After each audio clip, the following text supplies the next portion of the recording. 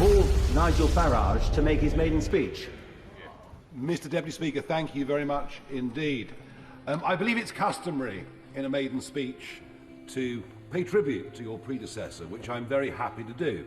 Giles Watling, a very decent, nice, honourable man, former actor, wears his Garrick Club tie, nothing even vaguely conservative about him, but a jolly nice chap, and it was a clean fought campaign.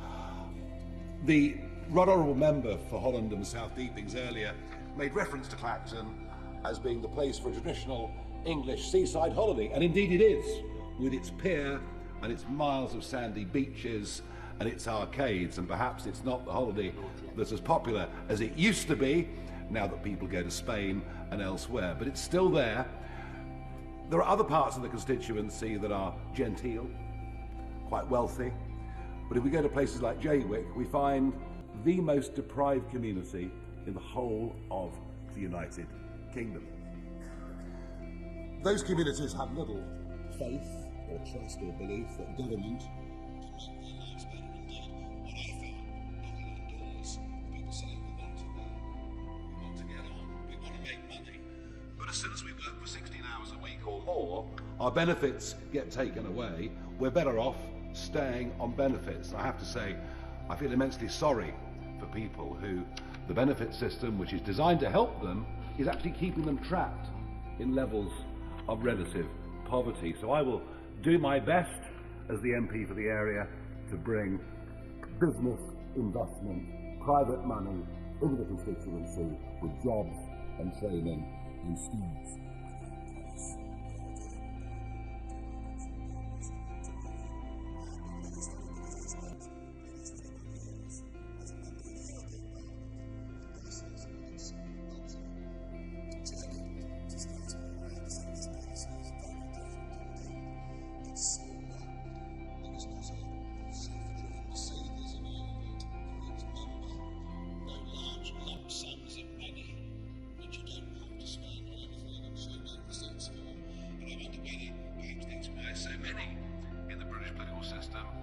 Adore the European Union so much, because it is a rather wonderful place to work. What I perhaps didn't expect was to come here and to find that I'm more outnumbered with my reform team, more outnumbered here than we were in the European Parliament, because there are more supporters of Brexit in the European Parliament than I sense there are in this Parliament of 2024. This is very much a Remainers Parliament. I suspect in many cases it's really a rejoiners Parliament. But the other issue, and it's very interesting as we debate the King's speech, if you look at the speech itself, the word immigration is mentioned only twice, and asylum just once. And perhaps this is not a surprise, as when Sir Keir Starmer laid out the 6 big priorities for the general election for the Labour Party, he didn't mention legal or illegal immigration. And that's the other area in which I think the 5 of us sitting over here are going to find ourselves massively outnumbered in this House, is because we actually do want to talk about these issues. You see, I believe that the population explosion is having the biggest impact on the quality of life of ordinary folk than any other issue. It all started, of course, when the current Home Secretary became a Member of Parliament back in May '97, and it's worth reminding ourselves that net migration was the same during the late 1940s, the whole of the 1950s, the whole of the 1960s, the whole of the 1970s, the whole of the 1980s, and the 1990s up until Mr. Blair. Net migration had run at 30 to 50,000 a year for over half a century. Nigel Farage's power in his first parliamentary speech is undeniable. His ability to speak with a mix of conviction and passion sets him apart.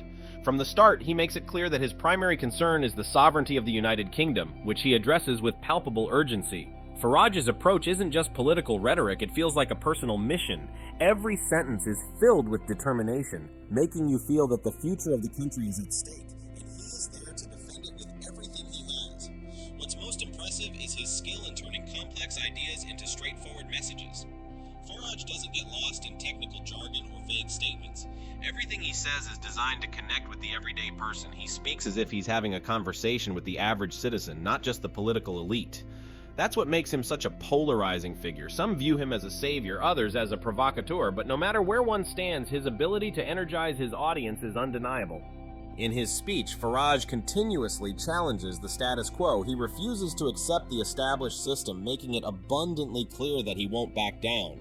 The way he calls out what he sees as the failures of the European Union is blunt and unapologetic. While it might make some uncomfortable, that's exactly why he's gained so much support. He speaks for those who feel overlooked or ignored, and he does so with such vigor that it's impossible not to feel that his words are driven by a personal mission for justice for the United Kingdom. Then Mr. Blair gets in and decides we're going to open the doors in a way that had never been done before, to the delight and joy of big companies, and especially giant multinationals, who have always wanted as much cheap labour as they can get, and to hell with the consequences for working class families and people. But perhaps it was even more of a surprise to see that massive acceleration in population through a nation was done by a Conservative Party who, despite promises in 4 consecutive manifestos, actually accelerated. What had happened under the years of Mr. Blair?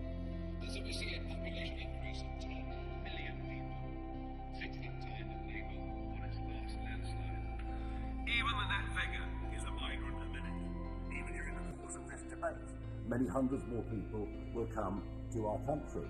And nobody is making the argument that there aren't some exceptionally wonderful people among them. There are, of course. But the sheer level of population means we have to build a new house every 2 minutes. Even if the Labour government is able to fulfil the 1.5 million houses that it wants to build during the lifetime of this Parliament, it will make no dent at all on the current shortage of housing. Rents have risen by 25% since 2021. Why? Population increase and pressure. And the list goes on through Access to health services, to congestion, to pressure on infrastructure.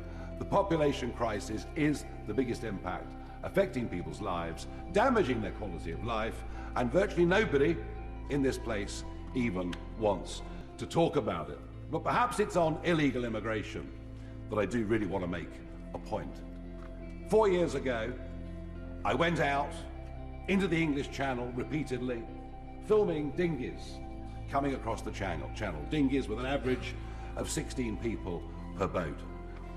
I was described as being a sad, lonely, desperate figure, always seeking attention.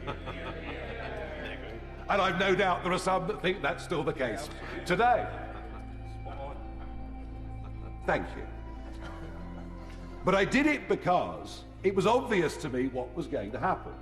It was obvious that there would be a huge influx of people illegally coming to Britain across the English Channel, and it would happen because we'd stopped deporting people who came to Britain illegally.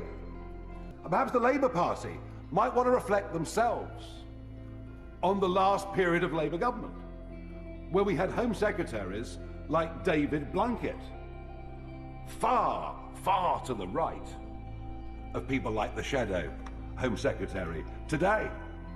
You came to Britain illegally during the last Labour government. Your feet didn't touch the sides. You were gone, you were out. Indeed, in the last year of the Labour government, from 2009 to 10, 50,000 people who came here illegally were deported. Now, none of that happens anymore.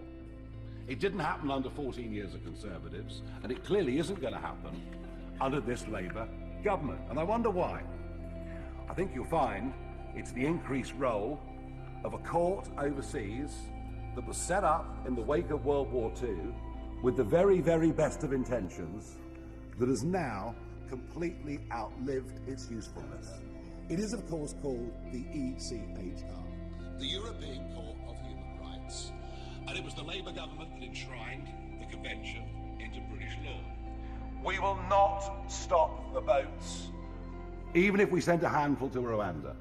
We will not stop the boats by attempting to smash the criminal gangs. We've been doing that to the drugs industry in Britain year after year, decade after decade, with no success whatsoever. The financial rewards for smuggling people across the English Channel can now net a gang 2 to 3 million euros a week. Whatever prison sentences or penalties are put upon them, there will always be people volunteering to make millions of euros a week. We will only stop this if we start deporting people that come illegally. Then they won't pay the smugglers. But we'll only do that by leaving the ECHR. But I've got a fun suggestion that I think would liven up politics, engage the public, and see a massively increased turnout. Why don't we have a referendum on whether we continue to be members of the ECHR? What stands out most in his speech is the way he connects with his audience. Farage understands that politics can feel distant from people's daily lives, but he has a special ability to make his words resonate personally. It's not just about arguments, it's about emotion. He speaks about British sovereignty not as an abstract concept, but as something that directly affects every citizen. This ability to make politics feel personal is what makes him such a powerful orator. His relentless challenge to what he sees as a broken system is also a key feature of his speech. He isn't afraid to confront the institutions he believes have failed his country, and he does so with a determination that leaves no room for doubt. Farage is convinced his country has been betrayed, and his speech serves as a battle cry for those who share his views.